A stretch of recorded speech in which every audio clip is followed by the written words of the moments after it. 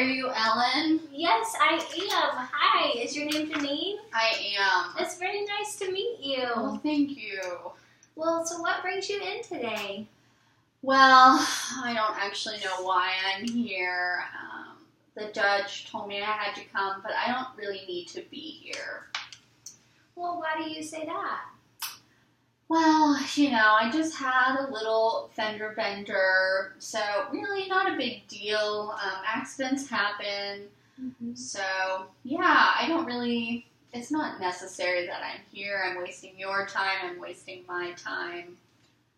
Okay, well, I just want to let you know that anything that you say today is kept confidential. It's in this room between me and you, unless I find that you are, that there's a potential for you to harm yourself or to harm somebody else, okay? Yeah, So I'm you're definitely not like that at all, so this is not for me.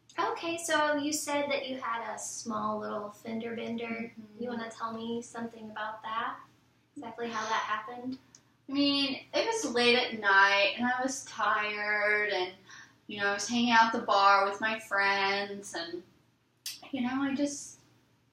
I probably should have gone home a little bit earlier, but I didn't, and so, yeah, I just rear-ended a car at a stop sign, and... Okay, so what I'm hearing you say is that you don't feel like you really belong here. Correct. Yeah, I mean, most women's depth perception is off. Like, everybody knows men have better depth perception, so... Okay. So, why are you here exactly today? Because the judge told me I had to come. Okay, so why were you court-ordered to be here? Do you know?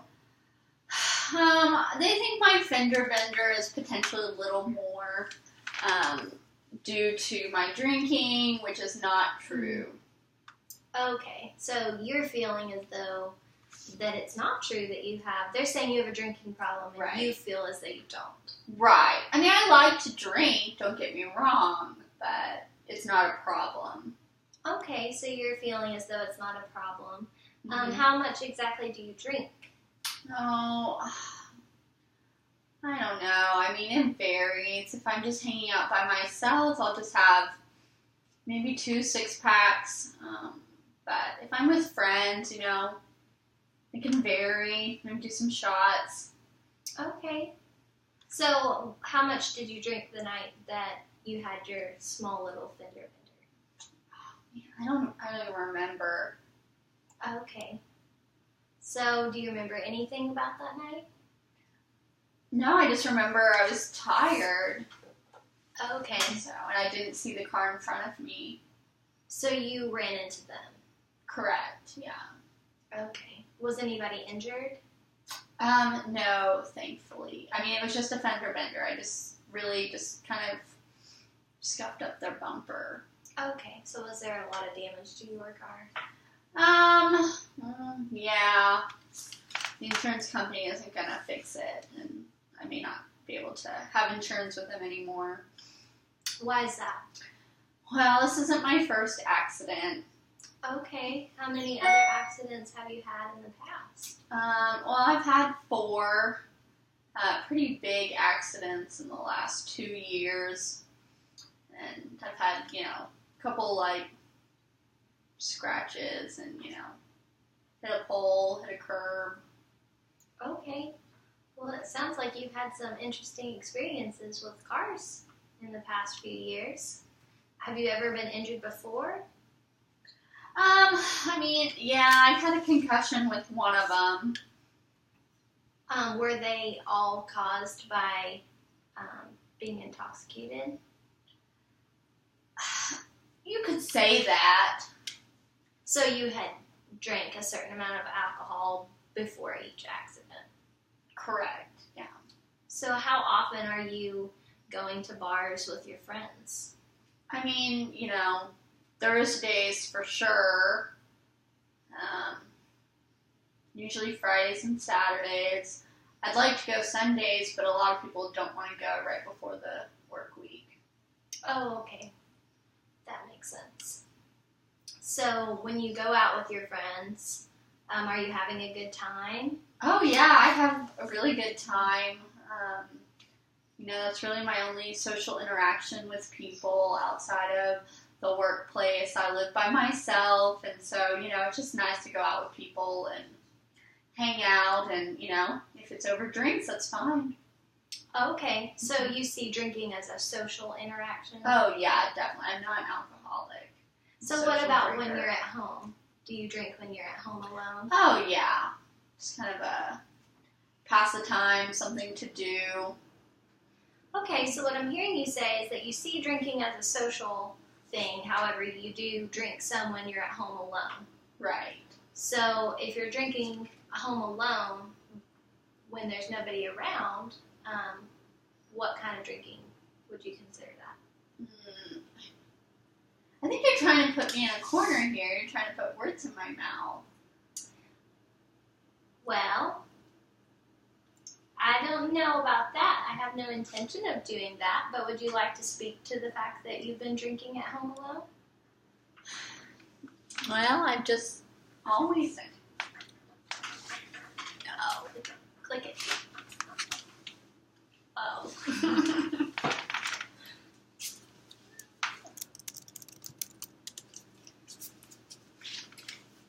So would you like to speak to the fact that you've been drinking at home alone? Well, I mean, I don't know. You're sure this is confidential? Yes, ma'am. I'm positive that this is confidential. Well, I don't know. It's something to do. I don't really like being at home by myself. Okay. So I'm hearing you say that you drink at home because you feel lonely. Yeah, that's a good way to describe it. So you like to drink socially, but it's also kind of a coping mechanism for when you're feeling depressed or lonely at home. I don't know about that. I mean, drinking at home really keeps my tolerance level up, and so when I'm out with my friends, I'm able to drink more. Okay. So when these accidents are occurring, what do you see the cause of those to be?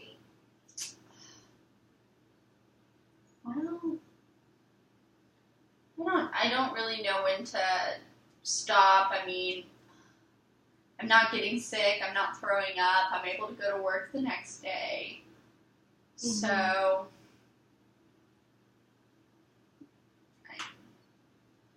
you don't really know. No, I don't. I mean, yeah, I just like to go out with my friends, and I think, I don't know, I mean, my tolerance level is pretty high, so maybe I could have one less, but, one day that may be 5 shots, and one day it's 9. I don't know. Okay. So, and it's hard to deny someone when they're offering to buy. It's real rude to deny. So you feel as though it's rude to deny somebody when they're asking you to go out? Well, yeah, and especially when they're buying you a shot, you have to take it. It's rude not to take it. So you see that as being a thoughtful gesture? Correct, yeah. Does anyone else know that you've been court-ordered to come and see me and that you have been drinking a lot at home? Nobody knows, but because of, some news articles and such, people can Google search my arrest warrants and all that. Yeah, I mean, there's definitely some chatter around the office. So you work. Where do you work? I work as a secretary for a veterinarian clinic. Okay. So do you find that your drinking is something that impedes you at work? No, not really. I mean, I'm not drinking during the day, and I'm still able to get up in the morning and go to work. Oh, okay. So do you drink before you go to work? Is it something that gets you going in the morning? No, not usually. But it's something I definitely want the moment 5 o'clock hits. So as soon as you get home from work, you hit right to it. Yeah. Okay. Is your job stressful? It can be. it's a very large clinic. There's 8 doctors, and we service all sorts of animals. Big one here in Kentucky is working with the horses, so we have to do a lot of traveling, and that can be really inconvenient if, like a horse is being born in the middle of the night, we might have to go out there, and that gets a little frustrating. So even though I'm hourly, sometimes the expectations are that I work more. Right. Okay. So that makes sense. So you travel a lot. What about in the office? If you're just in the office all day, is that still stressful? Oh, yeah, because, there's just people coming in and out. Well, when you go home after work and you drink when you get home, do you find that you drink more after work on certain days, more so than others, depending on your stress level? Not that I've ever counted. So you probably are right on that, but I don't know for sure. Well, it might be a good thing to think about in the future to see if maybe you are drinking more after certain days, more so than others. Because you did say that when you go home, then you start feeling lonely and depressed. Then you do notice that you drink a little bit more at home. Yeah. So, are there any other situations that you can think of that you would drink more? Oh, man. I don't know. My family's pretty nosy, so I don't get invited to my sister's home a lot because she thinks I'm, drunk, which is ridiculous. But, no, but family is a stressor for sure. So you feel as though you don't have a drinking problem, right? Even though you've been court ordered to be here and your family won't let you come to see them. Do you have any nieces or nephews or anything like that? Oh yeah, I've got 5 nieces and nephews. Does your family allow you to be around them? Sometimes. What do you mean by sometimes? When would they not? Major holidays, they're going to let me, but no, I don't have a very active role in their lives. Would you like to be able to take them out alone?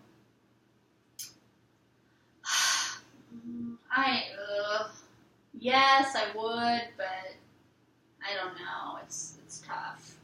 I don't think I could hang out with them all day, and it just would be a lot. What do you think causes your apprehension regarding hanging out with them all day? Well, I'd rather be out with my friends. So, being responsible for the children hinders you from being able to drink? Yeah. Is that worth it to you? That's kind of the path I've taken, so I don't really see that changing anytime soon. So I'm hearing you say that you've kind of gone down a certain path and you feel as though there's really no going back.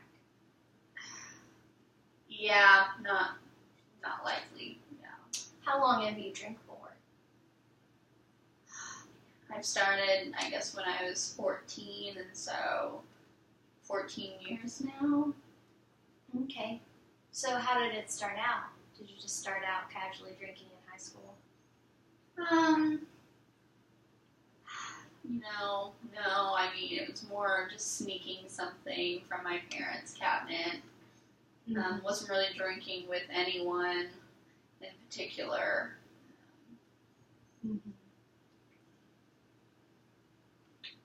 So, what do you believe is the reason why it has led you to this point? How do you believe you've gotten to this point? Well, I was pretty shy if you think about it, and I was told that, 2-drink Janine really, livens up, gets my spirits up a little bit, and so I guess 2 became 3, became 4, and the more fun the environment got. So you felt as though people liked you more when you Oh, drank. yeah. Then I start getting invited, and I had some friends, and Okay. So are you kind of a reserved person prior to drinking? oh, yeah, definitely. And even still some now. Mm-hmm. But after you have a few drinks, you kind of loosen up. Oh, yeah, definitely. So you feel wanted and desired. Oh, yeah. Mm-hmm. So, but when you're at home, you begin to drink when you feel lonely, and then when you go out, you kind of get loosened up and you feel Right. desired. Yeah. So the drinking is kind of linked to your desire to be wanted. Yeah. Yeah, I would say so. It's definitely created some new friends and some new opportunities. Okay. So how often do you go out with your friends? No, at least 2-3 times a week. Mm-hmm. Do you always go to bars, or do you ever just go to the movies? No, not big into the movies, but sometimes we'll go to like a restaurant. But usually a bar is, it's just you just go during happy hour. Mm-hmm. What about your financial state? Do you find that this affects where you are financially? I mean, these court costs and your fees and everything. I mean, that's not helpful. Mm-hmm. So, but as far as just the drinking, I mean that's been my norm. So I've always had that money set aside for drinking. But yeah, the car wrecks and the court fees and Mm-hmm. that stuff is a little bit cumbersome. Mm-hmm. How many more court appearances do you have to make? Oh, well, they're talking about putting me in this 2-year program and going before the judge weekly. And Mm-hmm. What's the purpose of the 2-year program? I just think it's a more, I guess, a light sentence rehabilitation program, so I don't have to do jail time. Oh, okay. Mm-hmm. Why do you think you would have to do jail time? Well, the officers are pretty irritated with me, I mean, lots of people drink and drive. I get, that 90s campaign was well and good, but it doesn't apply here. Okay. Why do you think it doesn't apply here? I mean, my tolerance is so high. Mm-hmm. I mean, if it wasn't that I was tired, this last accident wouldn't have happened. So I'm hearing you say that you don't believe that the accident was due to your intoxication with alcohol, but rather it was just the fact that you were tired. Yeah. What were the other accidents due to? I mean, probably the same thing. I don't remember. It's in the past, so I don't really dwell on it. Just try to, get these fees paid and do whatever it takes and put it behind me. So you believe they were all due to the fact that you were just tired? More than likely, yeah. Okay. Well, what about other relationships in your life? Do you have a significant other? Well, yeah, I did, but it's not going to work out. Why is that? He just says I just do my own thing, and I don't consult him, and tired of me going out with my friends or sitting at home, and didn't leave a lot of time for him. So, did he drink as well? No, he wasn't really into it. Okay. Did that play into the separation at all? He claims it did, but I don't. I guess it did, but I don't really care. Gotcha. He's making it up, so it's all in his head. So I'm hearing you say that you believe that the separation was not your fault at all, and he just had a lot of conceptions about you that were just all in his head. Yeah. And how would he respond to that? He'd probably say, it was drinking. I mean, that's the same fight that we would have all the time. Mm-hmm. So he kind of sides with your family. Yeah. Mm-hmm. What do you think about all of that? I mean, I don't know. It could be something, but I mean, maybe I could limit my drinking, but I'm not really interested in that.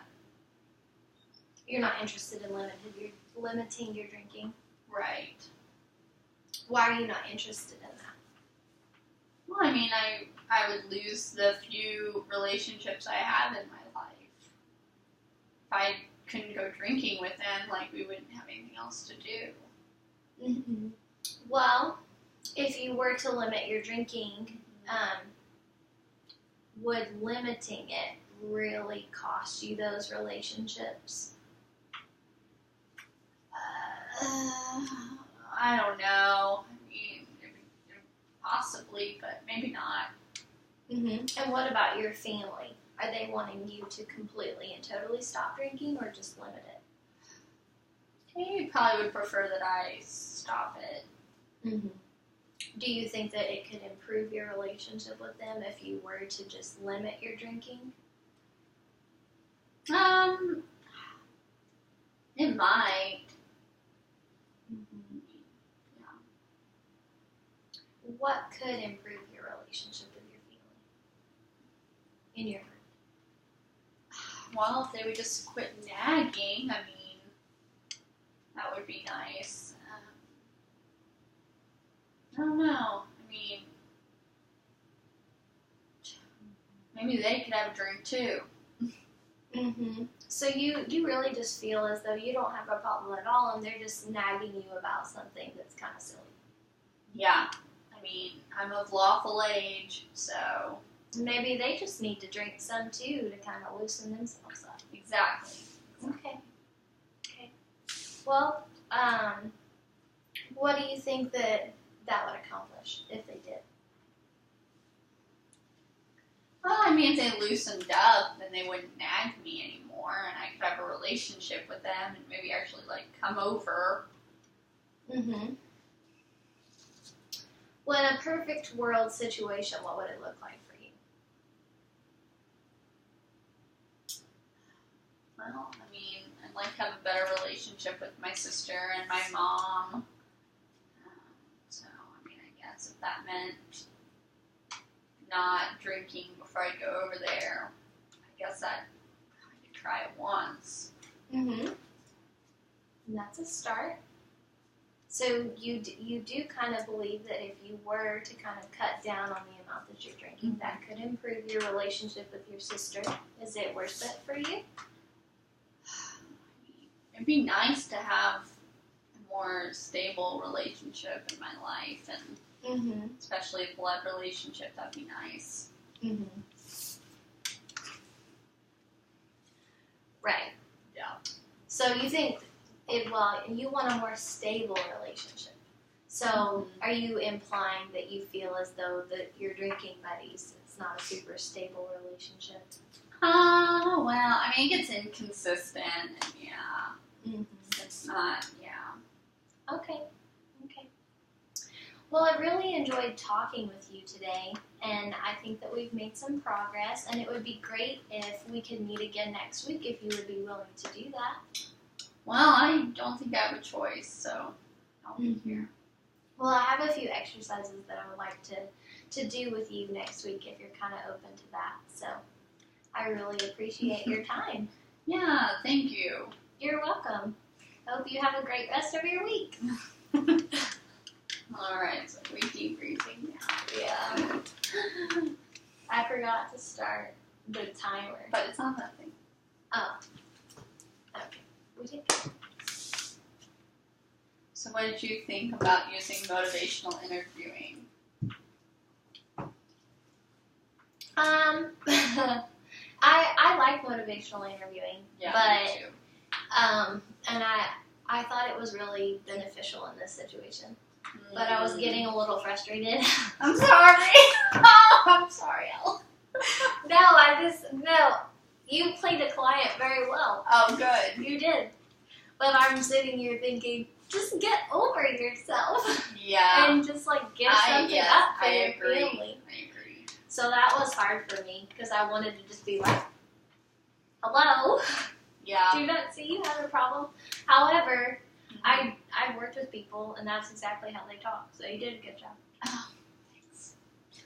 Yeah, I don't know. I mean, I liked your attitude at some at the end. You know, like, so you're really saying you don't have a problem. Like, and I think there's a time and a place for that, and I think you used it well. I don't know that I'd be comfortable doing that, but sometimes that's how they need. They need someone to be aggressive with them, and maybe not aggressive, but assertive. I was trying to like use reflective listening as well as like find opportunities to be confrontational without appearing confrontational. Okay. And I don't know if I did that well. Yeah. I tried. Yeah. No, I think you did a good job. So, what are some areas for improvement? With these videos, I don't think, it's always really difficult. Your facial expressions, like the laughing or whatever, I don't think those would happen in a real session. Mm-hmm. So it's hard for me to you know what I mean? Like, that would be a definite, maybe you can't laugh, or, you can't be like, are you serious? Right? Like, you can tell you're getting frustrated with me. Mm-hmm. But I don't know that would necessarily happen in a non-role play setting. I do have to work on my face. I mean, it wouldn't. It wouldn't. Yeah, I hear what you're saying. Scenario. Yeah. But I do have to work on my facial expressions in real life because my face gives everything away. Me too. And I have to be. Yes. But there were a couple of things that you said that really got me tickled. Oh, I can tell. Yeah. I was like, yeah. it was just the way you said it and your face, and then you were kind of smirky, and I was like, I know. I'm sorry. No, it's okay. It was funny. So, do you have any questions or concerns? Can you swipe that? That's getting so annoying. That's another thing that can improve technology. I've tried to set that screensaver, and I just mess it up. Questions or concerns? So, one of the things in my practicum we've been talking about is motivational interviewing as well. And it's a very hot therapy right now. I don't know how to... but it's good. It is good. Yeah, I like it a lot. But one person who's been going through the motivational interviewing trainings right now, he said that you're supposed to limit your question asking, which I have not heard that, and so I just wonder what you think of that. I thought that was one of the purposes. I thought so too, yeah. So, I mean, if you could ask more thoughtful questions that maybe are not yes or no, I think is what he was trying to say. That's what I was trying to do. I was trying to ask open-ended questions. Right. But, yeah. And I think that's what gets me tripped up when I'm practicing is you're just you're trying to listen, you're trying to speak quickly, you're trying to keep the conversation going. You don't obviously know what the person's going to say. So you're, you know what I mean? You're thinking, you could say, yep, I'm ready to give that up. But then I say, well, actually, and I threw you a curveball. The client threw you a curveball, and so. Yeah. And it's hard, too, with these videos because you don't have, a chart or something to look at that gives you the history. Oh, that's true. Yeah, you don't maybe know. But, in this case, this was the first time you're meeting this client. And, yeah. You should have some sort of documentation, though, of a referral. Yeah. Some sort of referral. That's what I was thinking. Right. So, yeah. Yeah. But overall, I thought that part went really well. I really liked the motivational interviewing approach. So, I felt like it went pretty well. Yay. Okay, ready to start the Yes. next. I wonder if I don't know. I'm not even gonna try because I don't know how to. I tried with Annie last time. So ready? Yes. Okay. Hello, I'm Ellen. Hi, Ellen. I'm Janine. Again, I'm Amelia. I'm sorry. I'm Amelia. Yep. And so I just wanted to kind of talk to you about a couple things. And Okay. So what brings you in today? well, I've been living in my home for quite some time, and my boyfriend and I are having some relationship difficulties, and he didn't want to come in with me today, which really hurt my feelings, but it's okay. You know, and I have some children from a previous relationship, and they kind of have the same concerns, and so I really just need you to, you know, we can talk for a few minutes, but if you'll just tell them they're being foolish or give me a note or something, that would be great. Okay, what concerns do they have that have brought you in today? They think my house is unsafe for me, which is not true. I've lived in that house for 15 years, and it's great. It's a great home. Okay. It's where I've raised my children most of their lives, and I mean they're grown now. Mm-hmm. So, Okay, well, why do they feel that it's unsafe? well, I mean, they call me a hoarder, which I think is very extreme, and I don't really like that. Mm-hmm. It's just not kind for them to say that. My house is clean. I mean, it's hard to clean every nook and cranny, but I don't have like feces or anything in my house, or you know, ants, or you know, none of that. So it's not like attracting cockroaches, Right. just cluttered. Yeah, I mean, yeah, I'm very cluttered, but there are people who are clean and there are people who are cluttered, and I'm cluttered, but I'm also clean. Okay, well, how long have you been accumulating this stuff? Well, my children's father left me 12 years ago, and that's when it really started to get out of hand, I suppose. Okay. Well, what do you think caused that to get out of hand?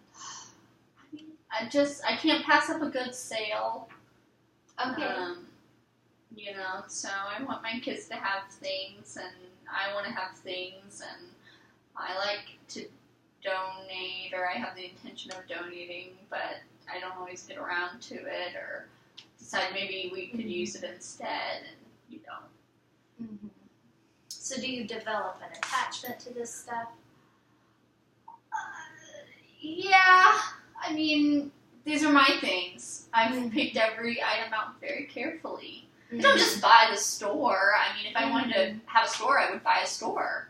Mm-hmm. But every item has some purpose. So is it a sentimental attachment, or it just has a purpose? I mean, even the thought of my child wearing, you know, a yellow dress, that really, to me, is sentimental, but even if she never wears it, which she doesn't always take what I give. My son, he's not really into things, but I want him to have things if he does decide he wants them. Okay, so you're keeping stuff that was Yes. your children's Yes. things. Are they boxed up or just thrown on the floor? Well, when they were little, I would box the things up, and then after my husband left, I didn't have to clean every day like I did when he was there. He was a clean freak. I mean, I'm not dirty. I don't want the ants or anything, but the clutter doesn't bother me. But the clutter would bother him, and he really liked things very, very, very clean. So he would pick things up. Yes. Okay. So how cluttered exactly is your house?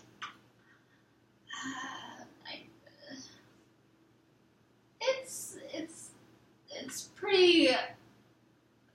I don't think it's bad, but others, nobody wants to come over. I don't want people coming over either.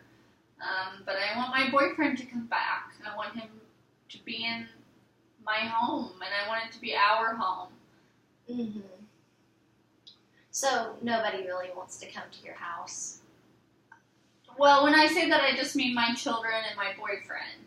Okay. I do not invite coworkers or other family members. Church. I do not want anybody coming, but I would like my children and my boyfriend to come. So are you kind of embarrassed to have people? Yes, I would be very, very embarrassed to. Yeah. Well, is your furniture in good condition? Can people come and sit down? My furniture is in good condition. It has been well taken care of. I don't eat on the furniture or anything, so there's no stains, but we would have to move things around. Okay. And how do you feel about that? Oh, it doesn't bother me. Okay. I don't mind. Do you have a place to sit down? Yeah. Okay. Well, where do you usually hang out in your house? Probably my bedroom is the best. As far as, the bed is clear. Owl, have you ever considered beginning to kind of donate some things that... Well, I mean, a lot of that stuff was bought with the intention of donating, and I just decided that we could use it instead, and so... Is it being used? Sometimes. So how often? I mean, what items are you talking about? Well, you said that you were considering donating some things, and then you decided that you could use them instead of donating them. So are those things being used, or are they still able to be donated? Well, like clothes, we wear the clothes. No, we probably don't need 7 or 10, 12 sets of dishes. Okay. So you have about 10, 12 sets of dishes. Are they being used? No, we just need the one set. But, if this breaks or if we want to change the pattern or...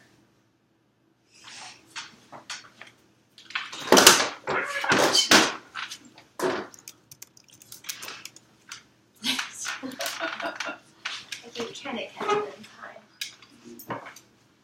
So donating things is kind of an issue for you. You don't really want to get rid of things. Right. Yeah, I do not want to get rid of things. What about trying to get rid of like 1 or 2 things at a time? How do we know we don't need them later? We don't know that. Well, what about your relationship with your family? What do they think you should do? They want me to get rid of it, but they're not in places to where they can move. I mean, my children are in college right now, so they're in the dorms, and they don't have a lot of space. So I need to keep these things because they don't have space for the stuff in their dorm room. But then when they go and have their own home, they're going to need these things. So right now they're being ungrateful, but they're going to appreciate me later when they don't have to buy anything because we have it all. Okay. So you think that these things are going to have a purpose in the future? Yes.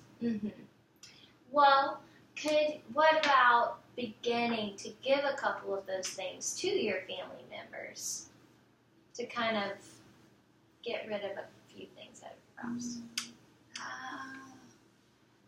I don't know if this is the right time. This is not the right time. So I think these are things that I've carefully picked out, and they belong in my home right now. They've always belonged in my home, and so maybe, but would it improve your relationship with your family if you were to start giving some things away? I don't. I think I just need to clean out one room and then, just find other places to put those things. Mm-hmm. So we just need one room to hang out in. They don't need to be able to be in the whole house. Do you have one room available that they can hang out in? Not right now. And how do you see yourself preparing that for them in the future? I mean, I would need someone to help me, but I don't want anybody else coming in. So this is not. So I don't know. Well, what about your boyfriend? Could he help you move some things? He's pretty upset right now, so I don't know, but I mean, I don't think he's gonna like it if we just take things from one room and put them in another. Mm-hmm. He's not gonna like that. Well, how do you feel about initially just buying some Tupperware boxes and beginning to separate things out? Like you can have what about having different piles of this is going to my children, this is going to some other family members, this is a donation pile, and these are things that I want to keep. And you could buy some Tupperware and start putting things in the desired category. Yeah. Because from what I've heard you say, you have different categories of things that you have purposes for. Right. I don't need to buy Tupperware. I have some somewhere. So I just would need to find that. But I think it might be in the guest bedroom under some things. So I just need to. How would you feel about beginning to gradually do that? It could be a slow process so that it's not a lot of change at one time. Well, I don't know if it can be slow. My boyfriend is threatening to call, I guess, I don't even know who he would call, but he's threatening to call to tell people to condemn my home. Okay. And you don't feel as though your house needs to be condemned? No, it's a great home. It's very well structured, sound, but they're afraid if I fall or, something. So they're concerned about your safety? Yeah. And do you feel as though it's a safety issue? No. I've managed thus far, so. Have you ever fallen before? Yeah, I fell last winter and I broke my arm. So does it kind of seem like they may have some means for concern? It's great that they love me and they want me safe, and I want to be safe so I can keep loving them, but not enough to condemn my home. Well, is the structure sound, right? Yeah. What about maintenance? Do you keep up with the maintenance? It's been some things probably need some attention, but what kind of things? Well, the pipes might need to be looked at, but no plumber wants to come in my home. So it's been difficult. So would it be worth it to you to kind of pick up some things so that the plumber could come? That would be nice. Yes, that would be nice. So, if you began to put things in their category, would that make space for the plumber to come? Yeah. One bathroom would have to be cleaned out completely, and that I don't know what kind of time that would take. Well, would you be okay with doing things slowly rather than trying to do it all at one time? Yeah, that would be better. To be slow would be better. And then things that you had intended to donate, could you take those to Goodwill? Well, like I said, we, those are our things now. We bought them, and nobody's donating to us. But do you feel as though someone else could use them more than you can right now? Yes, but we don't know that we can't use them. Well, what things are you using right now? I mean, everything. I mean, clothes, and obviously you have to cook some, and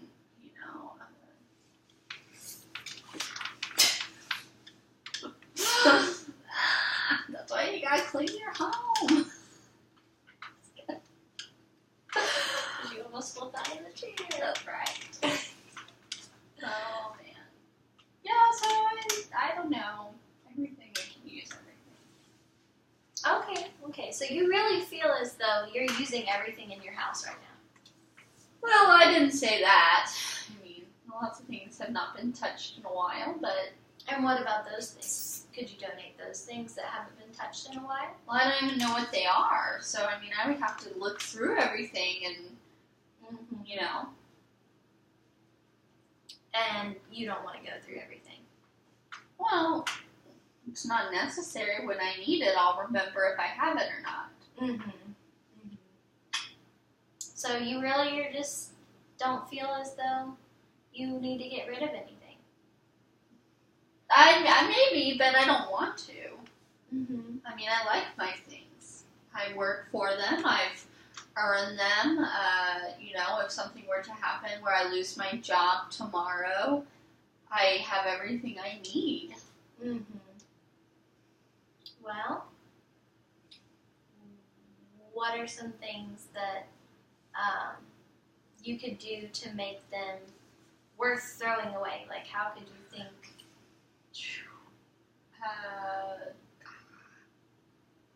I don't know. Oh my goodness, I don't even know how I could throw things away. Mm-hmm. Even like scrap papers and such, like, you can use them as scrap paper. You can doodle on them. You can take notes on things that aren't, I don't need to have a whole brand new pack of paper, but the brand new packs of papers I have, I got a good deal on them, back to school sales. My children are grown, so they don't go through them anymore like they did, but when I have grandkids, they'll be going through paper like crazy. So.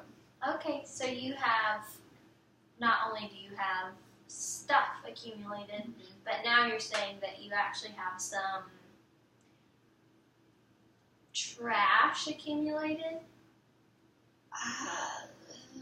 And not like dirty trash, but scrap paper, receipts. Oh, no, you don't get rid of the receipts. You can't get rid of the receipts. Sorry. Because if the IRS comes and checks, or if somebody would like to, pay my bills and donate to me, then... Mm-hmm. What about tags on your clothing? Do you get rid of the tags?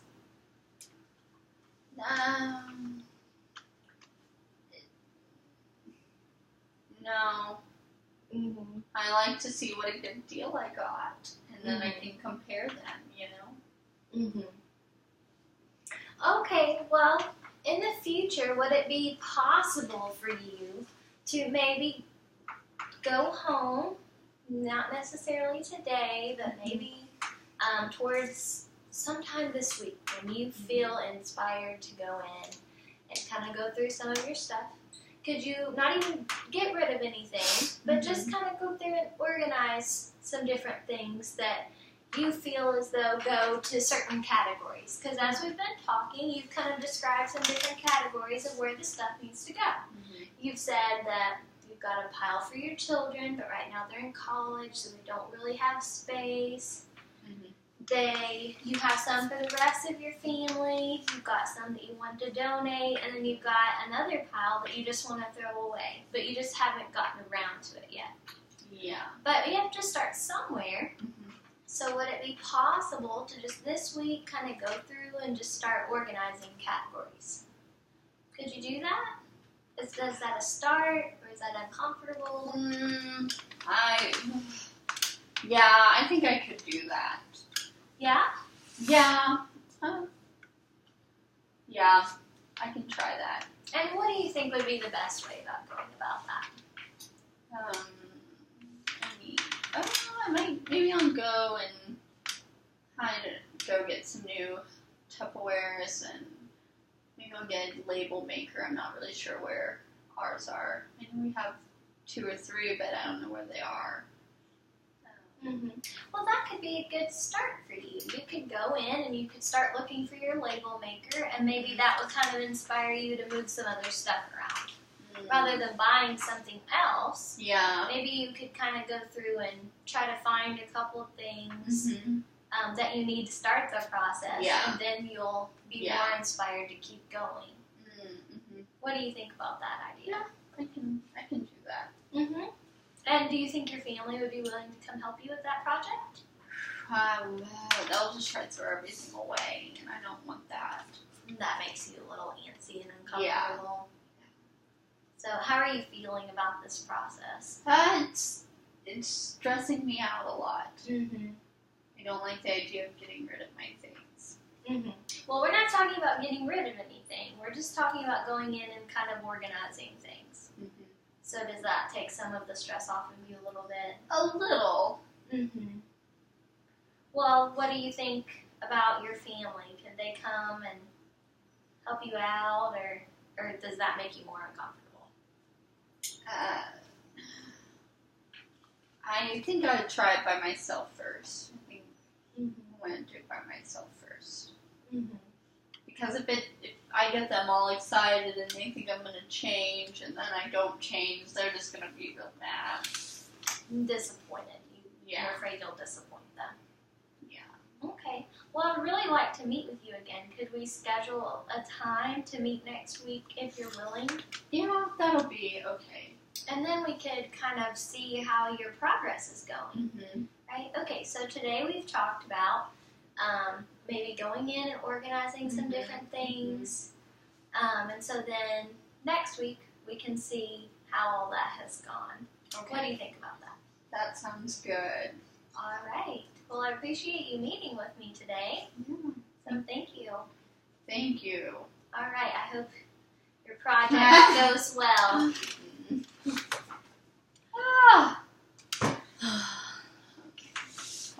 I'm exhausted living in the dysfunction. Just that last 50 or so minutes has me exhausted. So, I'm exhausted. I was seriously sitting here thinking, are there really people who live like that? Yeah. Makes you definitely want to help your clients and reframe their thinking, and that's what I was trying to do. Yeah. That was hard.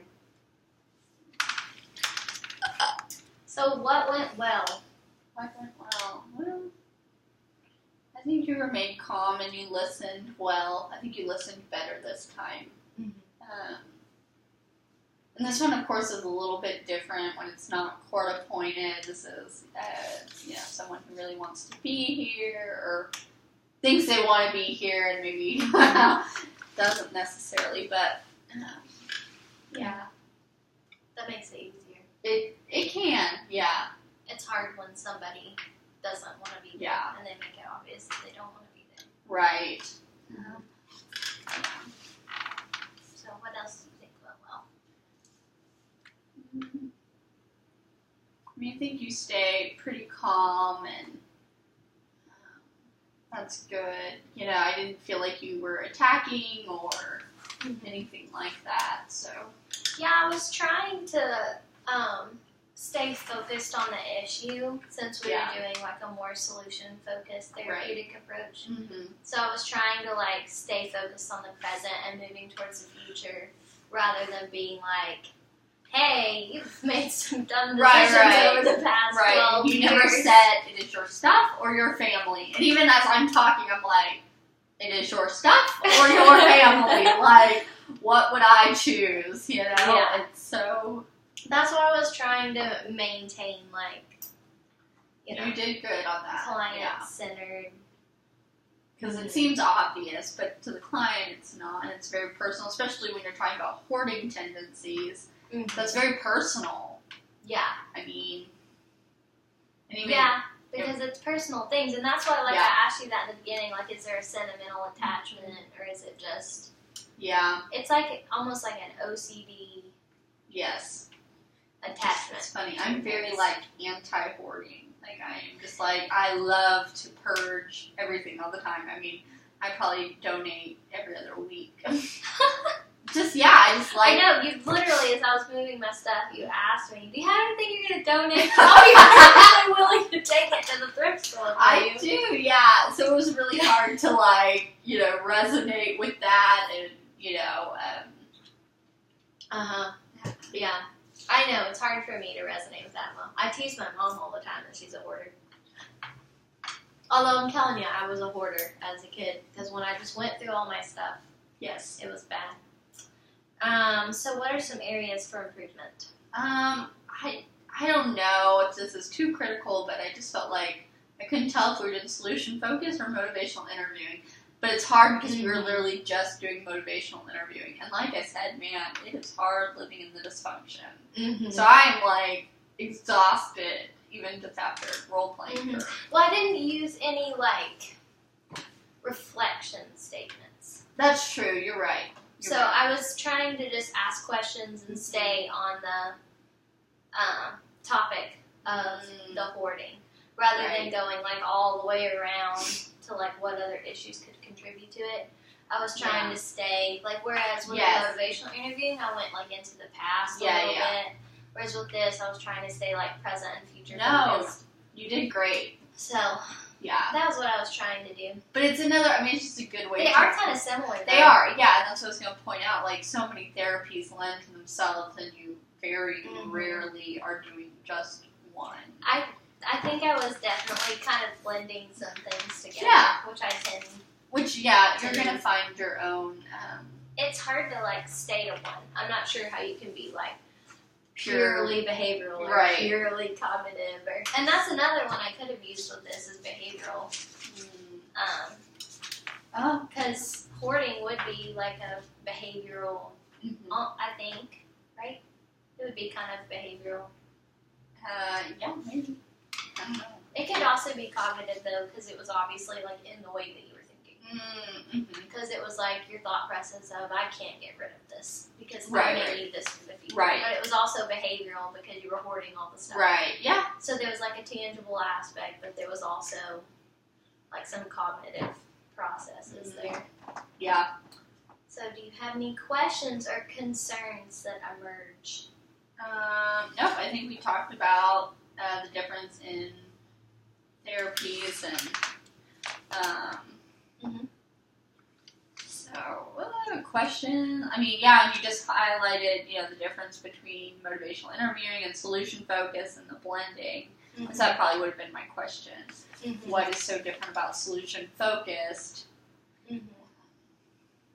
And I think there are also some different exercises you can do with solution focus. This was like an introductory video. Right. But like, if you were really going to go, which solution focus is kind of brief. Yes, in it is. general. Yeah, that's brief. My personality style. Not that I think that's necessarily the best therapy. In this case, though, I think it could work with something like this. I don't know, because hoarding is so. I mean, I'm glad you brought up the thinking.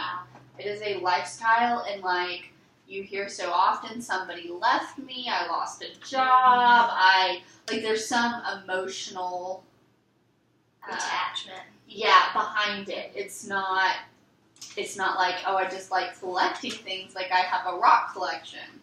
Well, it can be that, though. It can be both. Right, yeah. That's what's so interesting about it. So, yeah.